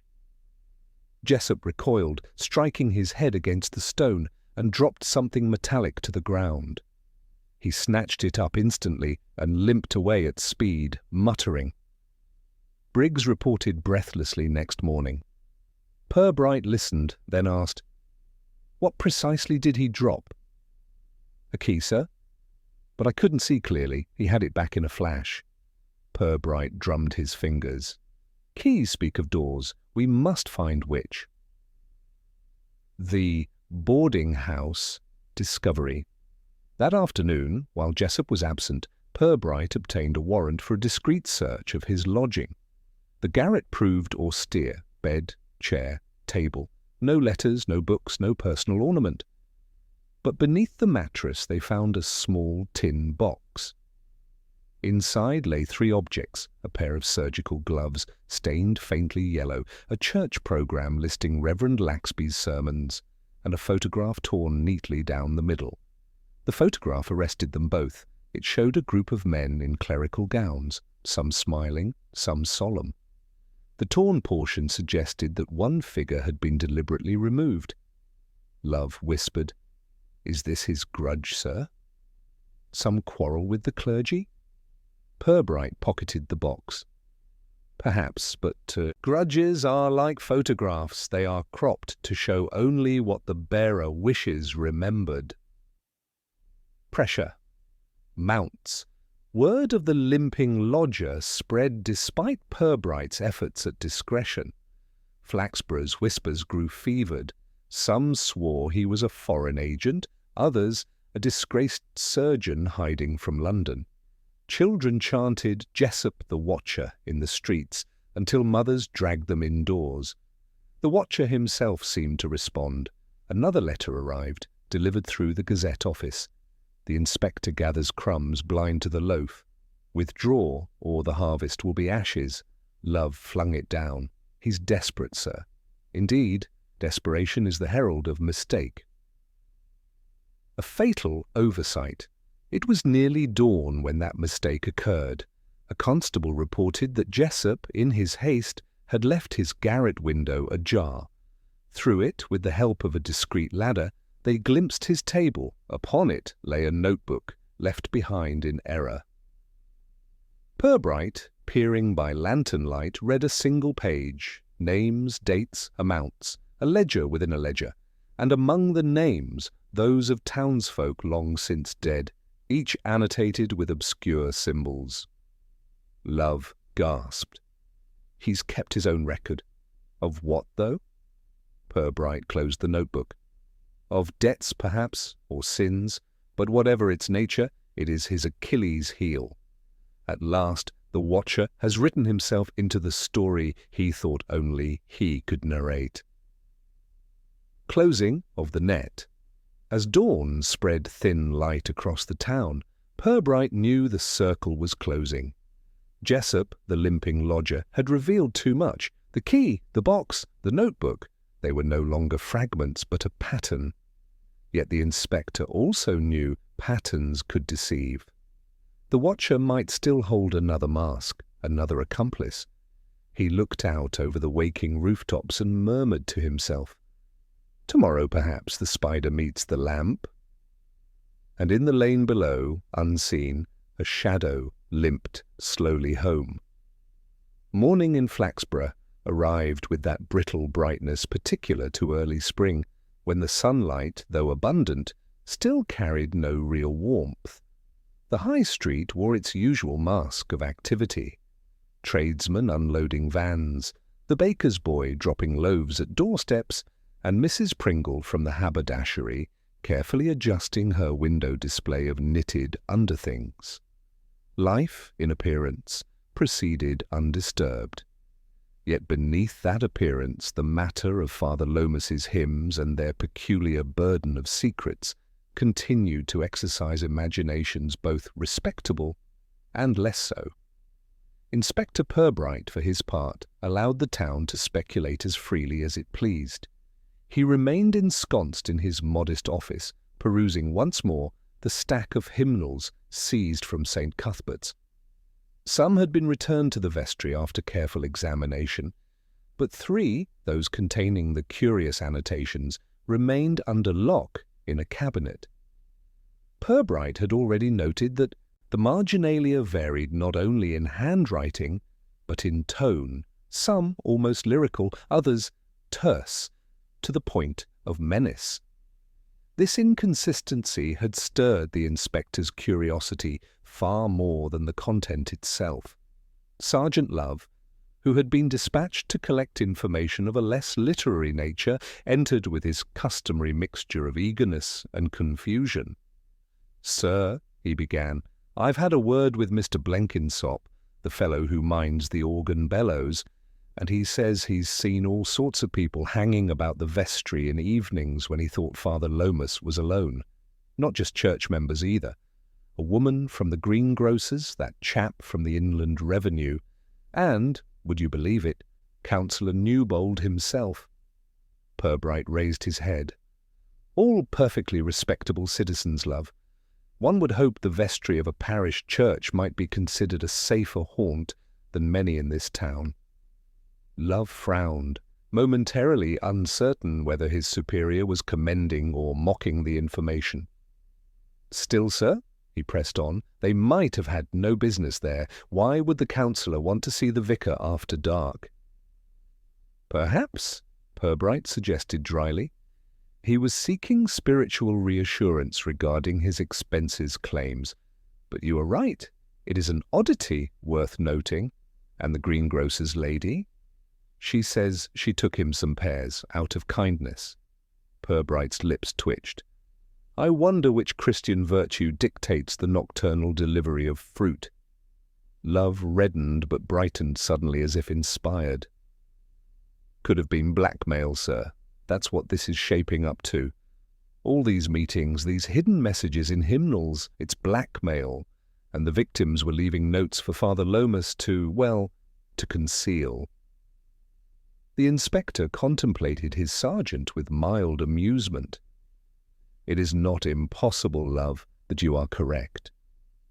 Though I would be cautious in presuming the good father's role. He may not have been concealing at all." Love leaned forward. "Then you think he was the one doing the threatening?" Purbright avoided a direct answer. "I think we must remain open to both interpretations until we are certain of whose handwriting graces those margins, and of what each message precisely conveys." Later that day, Purbright walked to the library where Miss Lucilla Teatime, in her characteristically alert but faintly conspiratorial manner, had already stationed herself at a table under the pretence of perusing parish records. She had, in fact, taken it upon herself to collate every instance of unusual activity connected to Father Lomas. Her notes, written in a script of Baroque flourishes, rivaled any detective's casebook. "My dear Inspector," she said without preamble, "have you considered that the hymns themselves are a device for memory rather than concealment? That is to say, the words are unimportant. The tune is merely a scaffolding on which certain confessions might be placed. I myself once encountered a gentleman in Vienna who encoded his debts into a series of folk songs, each stanza representing a creditor. Quite ingenious, though it ended in bankruptcy." Purbright inclined his head. "An original hypothesis. It may even explain why so many of the notes reference ordinary transactions, deliveries, accounts, meetings, less a catalogue of sins than a book of reminders." Miss Teatime's eyes gleamed. "Unless the reminders were of obligations that could not be met without shame, promises made under duress." As Purbright left her company, he reflected on how the citizens of Flaxborough were supplying him with not merely information, but a succession of theories, each as plausible and as partial as the next. It was, in a sense, precisely what he required. People, in the act of guessing, revealed more of themselves than they ever did in the act of testifying. That evening, another ripple unsettled the town. Word spread from the choir loft that a small packet had been discovered lodged behind the hymnals, an envelope, sealed, and addressed in the unmistakable angular hand of Father Lomas. Inside, however, was nothing resembling a pastoral message. It contained a single page upon which had been scrawled a list of names, among them Councillor Newbold, Mrs. Cleghorn of the grocer's, and one Cyril Tudge, a bookmaker, whose presence in any congregation would be remarkable. When Purbright examined the list, he observed one name heavily underlined, Marion C. The inspector placed the paper gently back into its envelope and said nothing for some moments. Love, peering anxiously, ventured, "Who's Marion C., sir?" Purbright's reply was deliberately vague. "Someone whose identity, love, I suspect, will become clear once we discover who in this town most dreads that the list should exist." By the following day, speculation about the envelope and its names had spread with characteristic speed, though its actual contents had not been revealed beyond the police station. Yet the mere rumour of a list was enough to ignite imaginations. Mrs. Bloxham, over her teacups, confidently declared that the C must stand for council and that the entire borough committee was implicated. The vicarage cook, overheard by her milkman, believed it to be the beginning of a hymn-writing competition that had gone awry. Through all this, Purbright moved steadily, making quiet inquiries of those whose names were inscribed. Councillor Newbold admitted he had known Lomas but denied any close relationship. Mrs. Cleghorn insisted her pears were given purely from generosity, though her expression suggested some weight of obligation. Cyril Tudge simply laughed when asked, and remarked that clergymen were among his best customers on race days. Yet none of them betrayed that particular note of terror which Purbright had been listening for, and so his attention lingered most upon the underlined name, Marion C., and the faint but unmistakable tightening of lips among those who heard it mentioned. In the stillness of his office that night, Purbright considered the curious symmetry of his inquiry. At first, hymns had seemed the puzzle, then the annotations. Now it was the names. At each stage, the surface of respectability peeled back just enough to reveal another layer beneath, and each layer suggested less about Father Lomas than about the living citizens who had allowed his memory to be shaped into an enigma. Outside, the bells of St. Cuthbert's rang the quarter hour. The inspector rested his hands upon the list of names and murmured, "It is not the dead we must question, but the living who feared him. And fear, I think, leaves more visible marks than ink in a hymnal." The stage, it seemed, was prepared for a more deliberate test. The next morning brought to Flaxborough an air of expectant unease. Shops opened later than usual, curtains twitched more often, and conversations in the street were conducted in urgent whispers. It was not that the townsfolk had precise knowledge of developments in Inspector Purbright's inquiry. They seldom did, but they sensed, by instinct as much as by gossip, that something was drawing nearer to revelation. And in Flaxborough, revelation was a commodity more thrilling than any market stall could offer. At the police station, Purbright studied the envelope once again.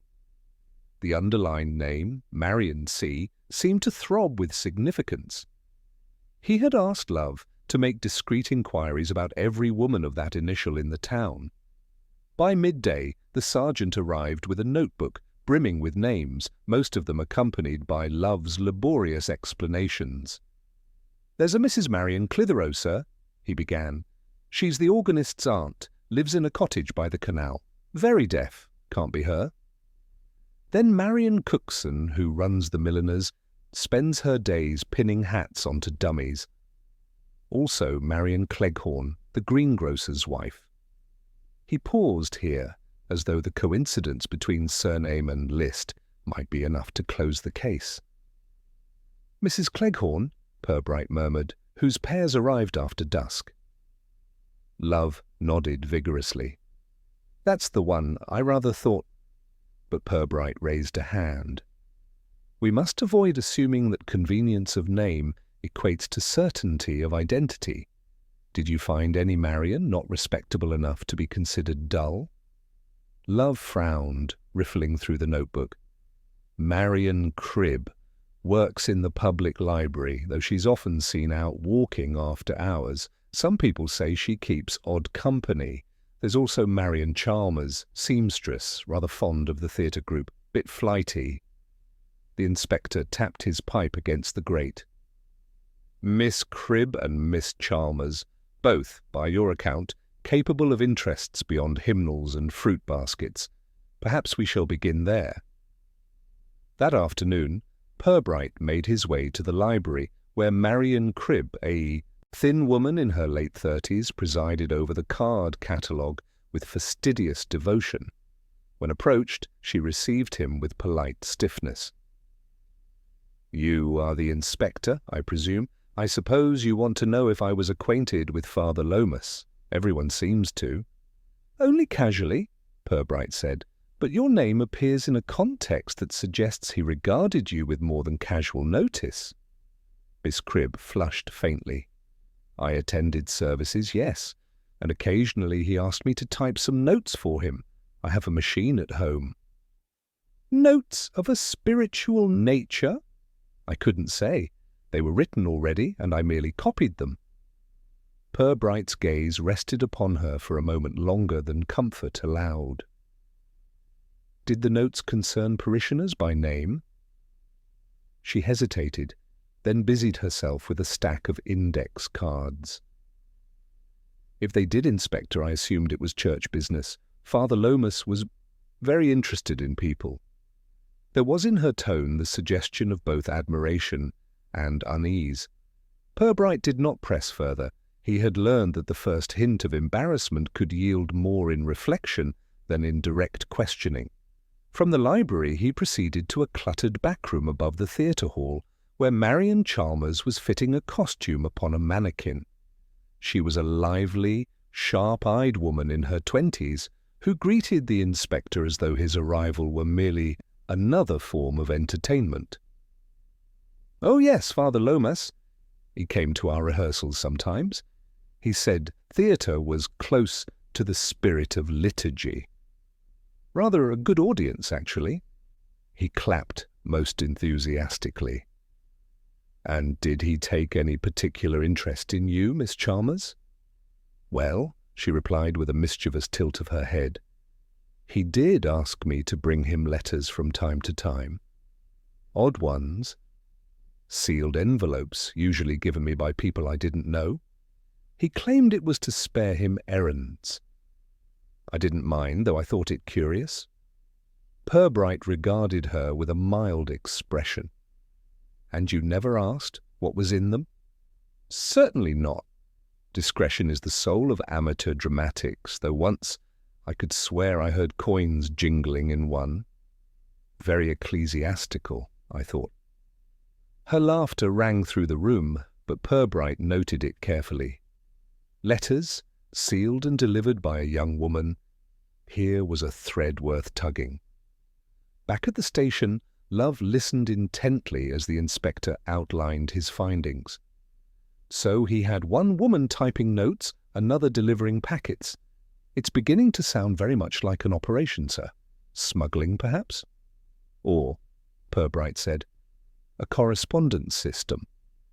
A network of confidences, transactions, or threats routed through people unlikely to be suspected." Love rubbed his chin. "And this Marion C. at the heart of it all." "Quite so, but the question remains, was she a pawn or a partner?" The answer came unexpectedly from Councillor Newbold, who appeared at the station late that evening in visible agitation. "Inspector, I must protest," he began before even sitting. "My name, I am told, is circulating in connection with some ridiculous list. I will not have my reputation impugned by innuendo."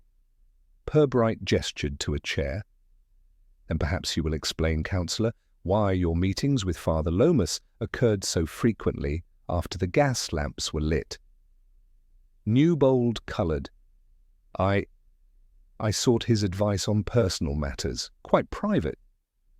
"I have no doubt. And were those matters known also to a woman named Marion?" The councillor started violently. His lips parted, then closed again. At length he whispered, You cannot know that. Purbright leaned back. On the contrary, I can. It is written. What remains unclear is whether Marian acted as confessor or conspirator. For a long moment the counsellor sat in rigid silence. At last he said, "She held letters." "She always held letters. Lomas arranged it so. We dared not speak directly." "Letters of blackmail." Newbold's eyes flickered with shame. "Of obligation, promises I had made, foolish promises. He made sure I remembered." When he left, pale and trembling, Purbright knew the case had shifted.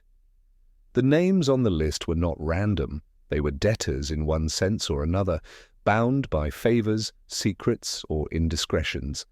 Father Lomas had been the keeper of those bonds, and Marian C., whoever she truly was, had been the hand that held them.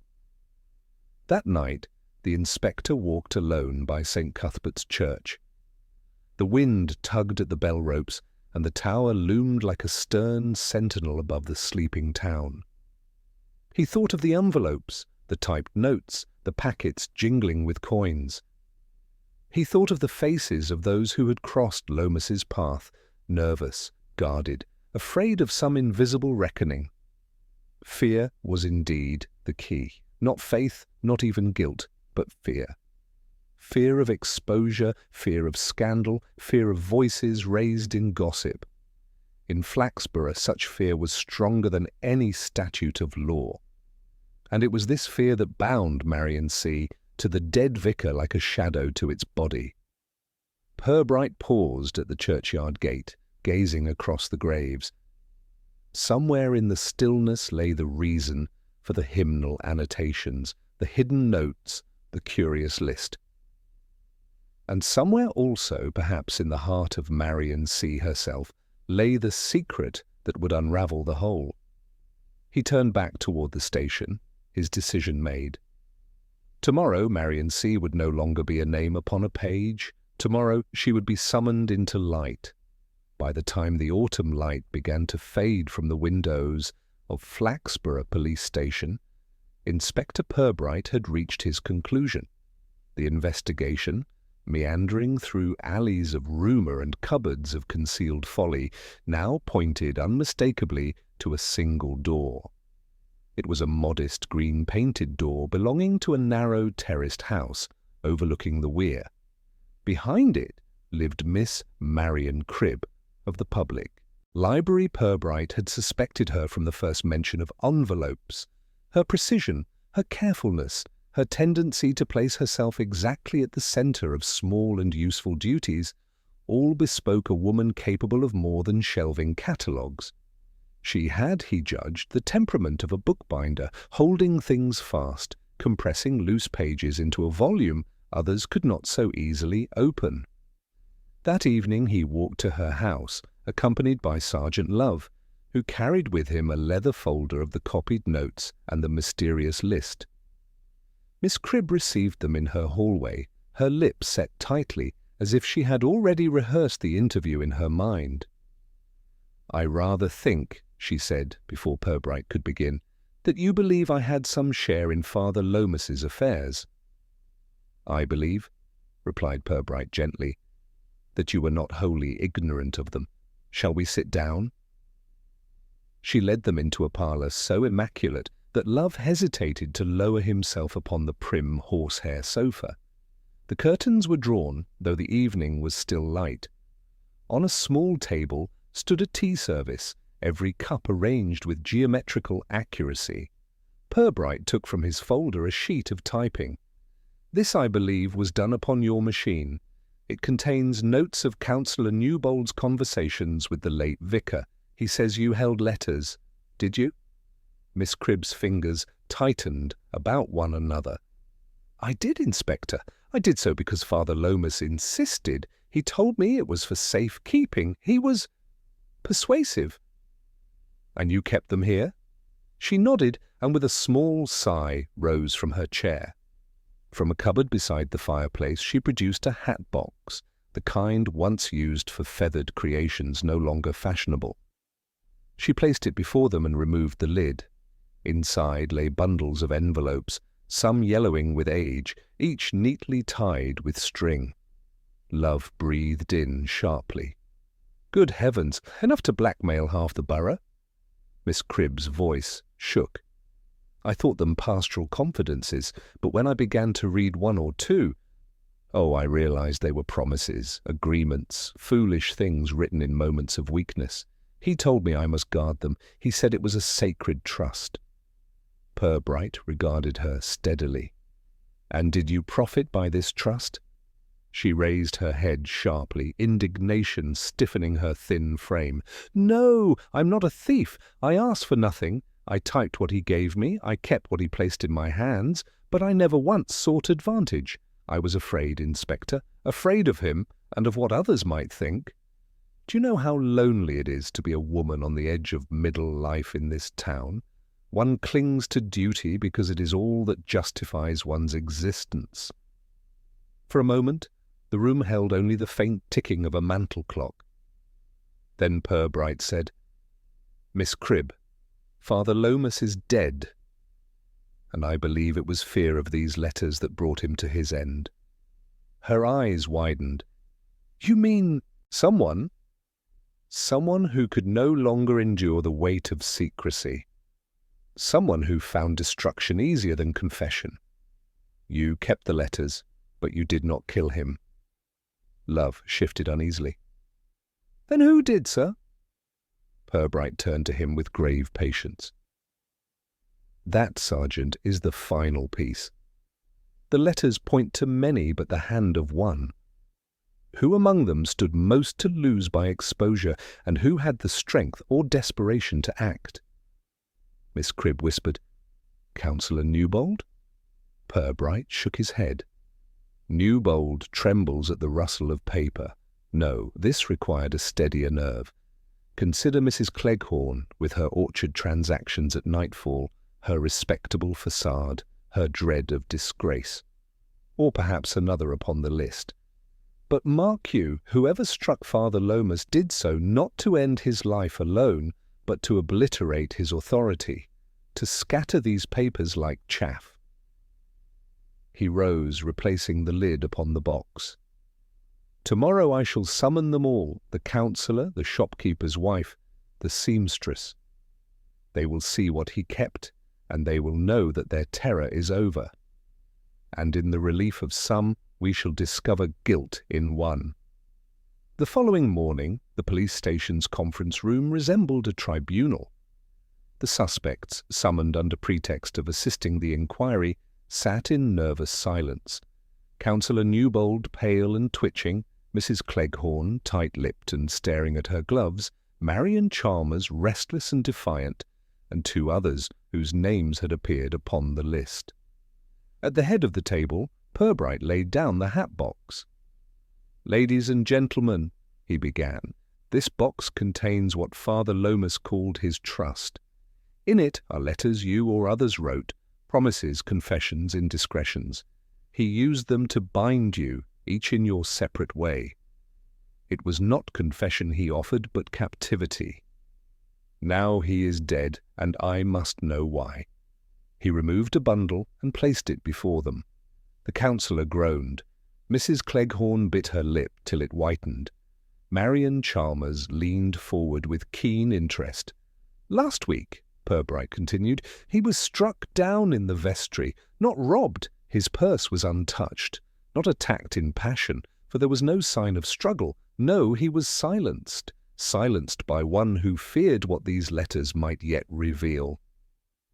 At that moment, Mrs. Cleghorn cried out, It was too much! He would never stop! Every year another demand, another threat. My family, my children, he would have ruined us. She sank into her chair, sobbing. Purbright's gaze softened. Madam, did you strike him? She shook her head violently. No, I could not.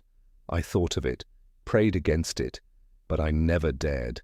I only begged him to release me. He laughed. The inspector allowed the silence to deepen before turning to Marion Chalmers. And you, Miss Chalmers? You carried his envelopes. Her eyes glittered. Yes. and I read enough to know he was a devil in a cassock. But I didn't kill him. Do you imagine I'd risk my acting career for that? The room stirred with uneasy laughter, quickly silenced by Purbright's raised hand. He looked from face to face, then quietly said, "It was not you. It was someone who both feared and despised him, someone who had the opportunity, someone who visited the vestry when others had gone." Sergeant Love? Love straightened nervously. "We found traces of pear skin in the waste bin, sir. Pears such as Mrs. Cleghorn supplied, delivered that very evening." Purbright turned back to the widow-like figure. "Madam, you brought the fruit, and you remained behind after all had departed." Her sobs ceased. She lifted her head with sudden calm. "Yes, I did. I struck him with the candlestick. Only once. He fell, and I knew he was dead. I thought I should faint, but I did not. I left the pears and walked home." The counsellor crossed himself. Marion Chalmers muttered, "Well, she had reason." Purbright closed the hat-box firmly. "It is reason that the law must weigh. Mrs. Cleghorn, you will accompany Sergeant Love. You shall not be condemned unheard, but you must answer for what you did." As Love led the woman away, Purbright addressed the remaining company. "The letters will be destroyed. Their power is gone. Let your secrets trouble you no more. But remember this: secrecy breeds not safety, but peril. You placed your lives into the hands of one man, and his fall has nearly ruined you all."